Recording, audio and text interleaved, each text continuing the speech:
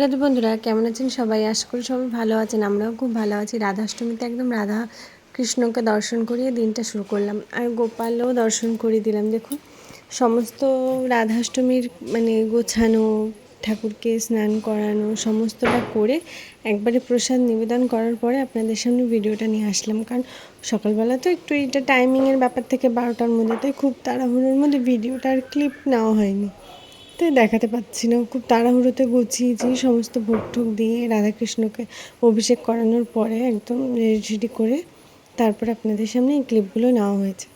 দেখুন, সমস্তটা সাজানো হয়ে গেছে। ওপরে ঠাকুরগুলোকেও সুন্দর করে ফুল টুল দিয়ে সাজিয়েছি, দিয়ে এখানে কিছু জিনিস রেখেছি। আর এটা দেখুন, এটা কিন্তু রাধাষ্টমীর গিফট রাধারানীর জন্যে। রাধারানী বলতে সমস্ত ঠাকুরের জন্য এই গিফটটা দেওয়া হয়েছে রাধাষ্টমীতে। আমাদের রাধাষ্টমীর আগের দিনই ফ্রিজটা এসছে। আমাদের ঠাকুর ঘরে ফ্রিজ ছিল না, খুব অসুবিধা হতো ফুল মিষ্টি টিষ্টি রাখার জন্য, নষ্ট হয়ে যেত, বেশি করে এনে রাখা যেত না ফল টলগুলো, তাই একটা ফ্রিজ ঠাকুর ঘরে নেওয়া হলো।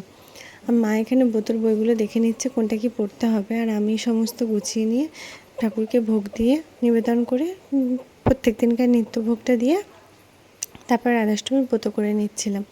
নেওয়ার পরে শেষে আরতি করে নিচ্ছি। এখন আরতি শেষ হয়ে যাওয়ার পরে শুভ আর ওর কাকা অভিষেক করে নেবে, কারণ ওরা তো এসছে একটু লেট করে, তাই ওদের অভিষেকটা একটু দেরি করেই হয়েছে। আমি করে সমস্তটা গুছি টুছি দিয়েছিলাম, ওরা এসছে এবার।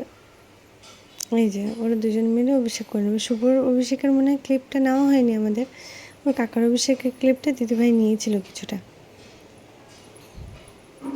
মাও করে নিয়েছে। সমস্ত হয়ে যাওয়ার পরে দেখুন প্রসাদ তুলে ফেলেছি, তখন 12টার বেশি বেজে গেছে। দিয়ে দুজন গোপাল একদম প্রসাদের গামলা নিয়ে বসে পড়েছে, কারণ সবাই তো মোটামুটি আমাদের 6 দিন উপোস ছিল রাধাষ্টমীর দিন, সবারই খিদে পেয়ে গেছিলো 12টা বাজতে বাজতে।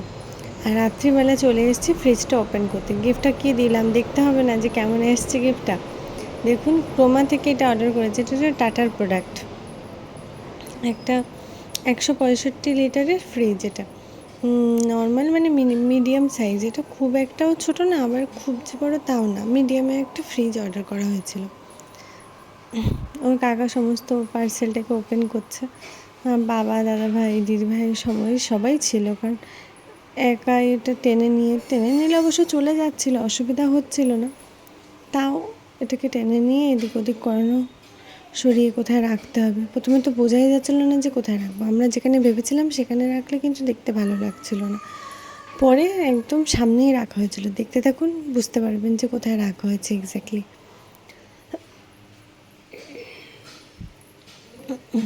দেখুন, প্রথমে চালু করে দেখা হচ্ছিলো যে আদৌ চলছে কি না, ঠিকঠাক আছে কি না। তারপর দেখা হচ্ছিলো যে না, চলছে, ভালো ঠিকঠাকই আছে সমস্তটা।